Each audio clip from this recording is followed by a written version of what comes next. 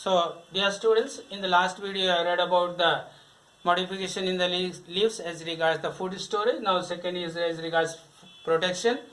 In the previous video, I have given you the introduction of this plant. This plant is a cactus plant that grows in the desert land area where there is a severe scarcity of water. So, as I have told you, while drawing the structure, this is root, and after root, this flat portion of the plant body that is, though it is green in color because of chlorophyll, but this is a stem of the plant. But where the leaves have gone, leaves I have told you they are flattened green outgrowth borne on the nodes. But here you see these leaves, they have turned into prick-like structure, spine-like structure, and this is to reduce the loss of water.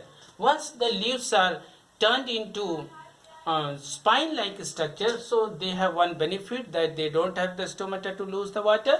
And second thing is, when the grazing animals, they think that this stem is leaf, it will be easy for them to graze away. So what happened? The grazing animals, they may not graze away this stem or the plant body.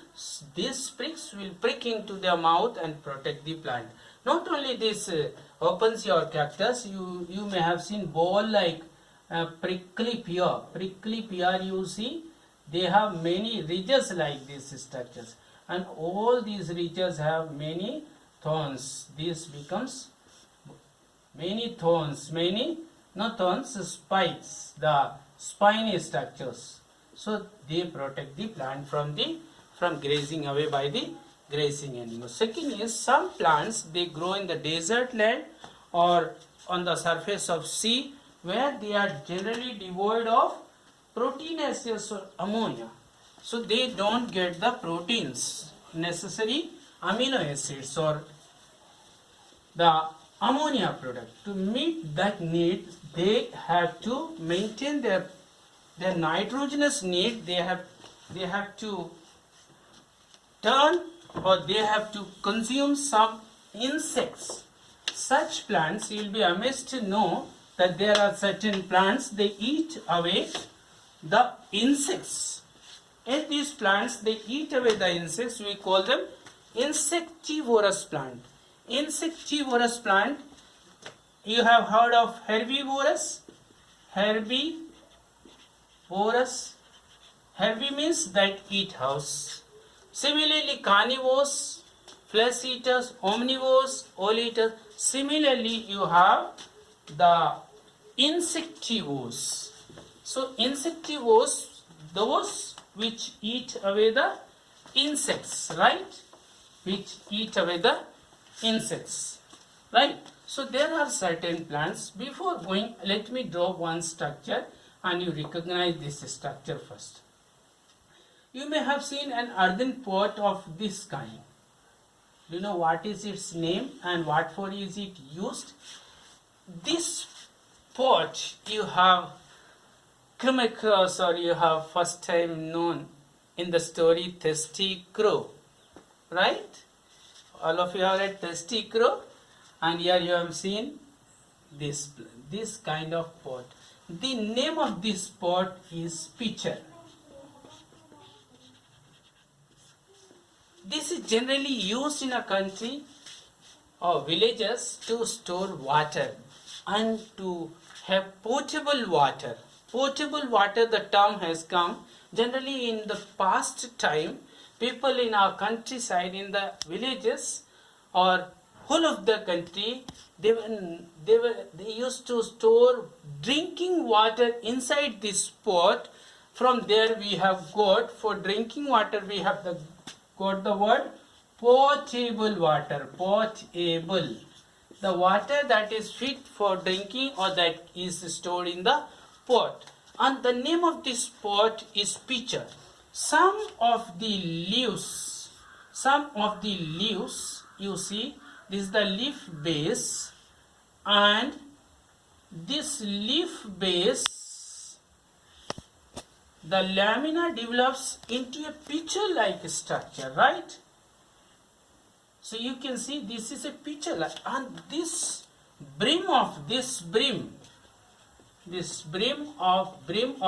pitcher, this is very slimy, very slippery due to secretion of certain gel-like substances which are very slippery, and this leaf is very attractive.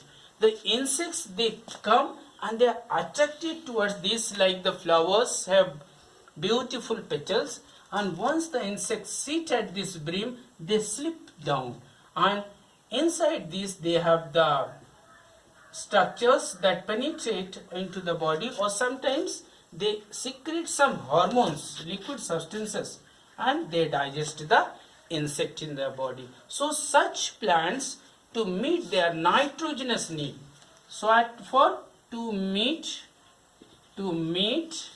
the requirement of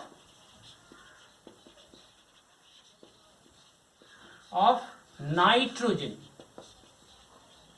You know, nitrogen is one of the important components for the plant, is a major or macronutrient for the plant, and is helping in the making of proteins in the plant body, right? So to meet the nitrogenous need, some plants, they modify their leaves into different structure. This is pitcher plant.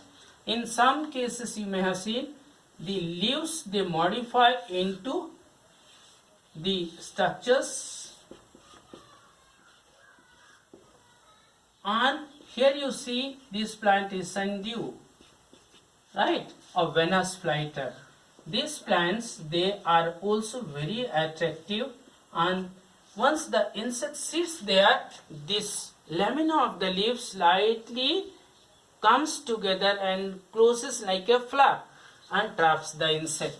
So some plants, they modify their leaf into structures like pitcher, or like dew plant, like dewdrops, and they attract the insects. They just sit there, they are consumed by the plants. So this is another modification in the leaf.